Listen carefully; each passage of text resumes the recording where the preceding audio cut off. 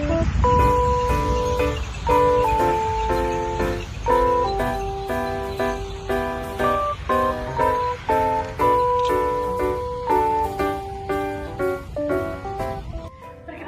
saya Nafiasi Rahmadini. Saya Siti Rohmah. Saya Nina Nurani Putri. Saya Munira Madani. Saya Vivi Agustin. Dan saya Siti Walifatul Hajar. Hai teman-teman, hari ini kita lagi ada di kantor Radar Bekasi. Kira-kira ada yang penasaran gak sih kenapa kita ada di kantor Radar Bekasi? Hari ini kita akan melakukan sesi tanya jawab seputar bagaimana menulis artikel, apa saja sih tips and trik serta kiat-kiat yang harus dilakukan dalam mempublish artikel di media cetak Radar Bekasi. Mau tahu kelanjutannya? Yuk simak video kami.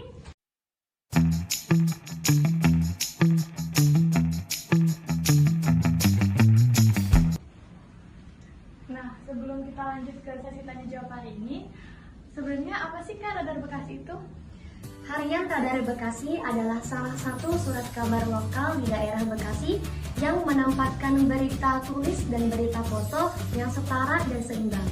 Surat kabar Radar Bekasi telah banyak berkontribusi dalam mengimbangi dinamika informasi tanah air, khususnya di daerah Bekasi. Mulai dari pengaruh utamaan isu politik, pendidikan, agama, ekonomi, sosial, hingga budaya sudah dilakoni. Radar Bekasi juga merupakan surat kabar dengan kualitas reportase yang mumpuni, menjadi sumber rujukan utama, serta koran langganan pemerintah Bekasi dan banyak kalangan. Tak hanya isu yang dihembuskan, tapi juga fakta faktual yang disajikan, sehingga memberikan warna tersendiri dalam menghadirkan gambaran realitas bangsa, khususnya di daerah Bekasi. Langsung saja kita mulai sesi tanya jawab kita hari ini dengan narasumber kita yaitu Kak Tasya. Halo Kak Tasya. Halo Kak Tasya. Gimana kabarnya hari ini? Alhamdulillah baik. Kalian gimana nih kabarnya? Alhamdulillah baik, baik. Kak. Hari ini kita akan melakukan sesi tanya jawab nih Kak seputar Radar Bekasi. Boleh nih ya Kak? Boleh. Kak, apakah Radar Bekasi menggunakan media online dalam mempublish media cetak? Tentu iya, karena kan seiring perjalanan waktu kita juga ngikutin nih apa yang biasa anak muda pakai. Nggak mungkin kan sekarang kemana-mana bawa koran, kemana-mana baca buku. Dan sekarang yang dipegang HP, jadi otomatis media cetak pun sekarang juga mulai beralih ke online gitu, entah dari medsos atau dari websitenya Radar Bekasi sendiri gitu. Seperti itu. Kira-kira perbedaan tampilan dari media cetak dan media online itu apa ya Kak? Tentu beda. Nomor satu, kalau di media online kita kan nyari visualnya biar yang menarik. Iya. Nah, yang kedua ini kita juga nyusun clickbait biar orang itu kepancing sama apa yang kita beritain gitu. Nah, kalau di website sendiri sama di cetak, kalau di cetak itu kita juga ada orang layout, di mana orang layout itu mengatur tata letaknya berita. Kalau website biasanya kan per satu artikel itu beda link. Itu sih bedanya. Oke Kak. Terus ke topik apa yang paling menarik buat dipublish? Topik yang paling menarik dipublish itu, bukannya aku vulgar atau gimana ya, Iya. biasanya kalau orang yang paling penasaran sama soal penyimpangan gitu sih, sama human interest biasanya. Nah itu bagaimana sih Kak cara artikel kita itu dipublish sama Radar Bekasi gitu Kak? Artikel dari mana dulu nih? Apa dari luar atau dari wartawannya sendiri apa gimana? Dari luar.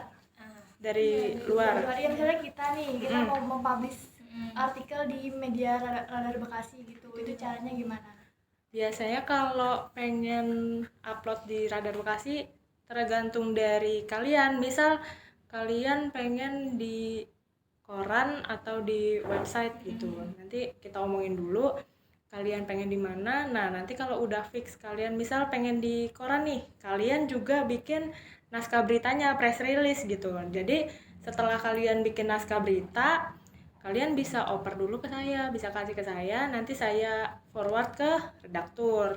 Nah, abis dari redaktur, ya udah nanti saya bicarain sama wartawan dulu. Nah, nanti sama wartawan dicek lagi gimana tulisannya. Nah, setelah itu ada yang direvisi atau enggak, nanti forward lagi ke redaktur. Nah, abis dari redaktur udah oke dari wartawan, baru dinaikin ke media cetak gitu. Apa strategi Radar Bekasi untuk tetap ada di area digital saat ini, Kak? Nomor satu sih kita ngikutin zaman, bener Iya, gak sih? betul. Kan kalau berita yang terlalu berat gitu kan orang bosan. Nah, makanya di online ini, terutama di TikTok Radar Bekasi, kita juga masih ngasih entertain, entah dari artis yang kemarin, nah terus abis itu hiburan-hiburan yang lucu biar narik intensitasnya penonton gitu. Jadi kita nggak selalu nampilin yang berita berat-berat, kecuali kalau emang ada pemberitaan yang urgent banget buat dipublish. Biasanya kita ngadain live di TikTok atau Instagram gitu sih. Nama TikToknya apa nih Kak kalau boleh tahu? Radar underscore Bekasi. Jangan lupa Radar underscore teman-teman Bekasi ya guys. di follow di bawah ini. Instagram juga, Kak. Apa tuh Instagram? Instagramnya sama Radar underscore Bekasi juga. Oke. Terus kalau gimana sih caranya Radar Bekasi tuh buat selalu update berita terkini gitu loh? Selalu update berita. Nomor satu kan kita wartawan banyak yang di lapangan, kita fokusin dari wartawan dulu. Yang kedua itu dari wartawan jurnalis warga. Biasanya ada orang-orang yang ngetek-ngetek ke akunnya Radar. Ada ini nih, ada ini ada gitu ini, ya. ada ini. Ada berita. Nanti biasanya kita cek di direct DM. Habis dicek di DM, kita cross check dulu nih, bener nggak nih berita atau takutnya hoax kan atau berita lama. Nah, udah dicek, udah dapat segala macam. Misal di video itu belum ada data yang lengkap, misal ada kekurangan data, nanti kita cross check lagi, cari ke media lain. Nah, nanti kalau udah pasti nih, ya udah nanti kita tarik gitu. Tapi kalau misalkan benar-benar kita cross check di media lain nggak ada berita itu, kita nanti ambil dari tekan warga itu, kita ambil, nanti kita cantumin sumber dari si warga yang ngetek kita. Jadi biar kita nggak kena salahnya, biar orang juga bisa langsung cross check ke orang tersebut. Tek-tekannya orang ke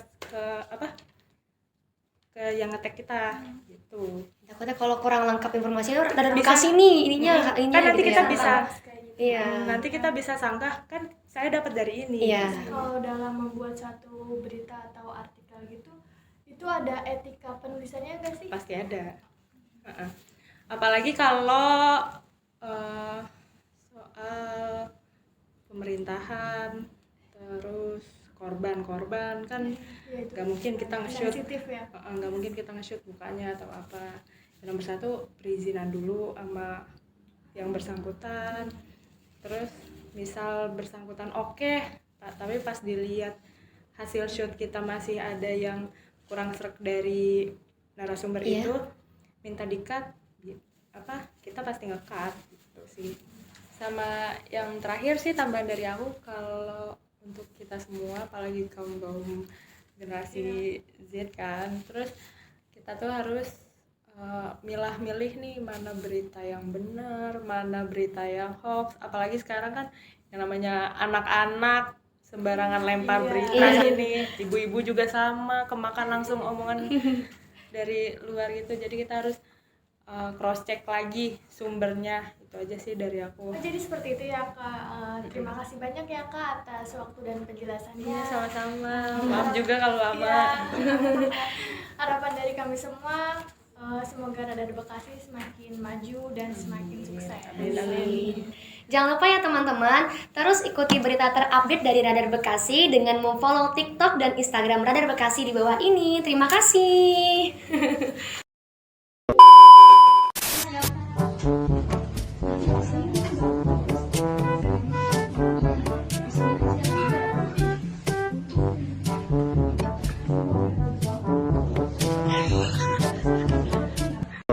Berita foto dan tulis yang setara dan seimbang. Belum jalan. Aku bilang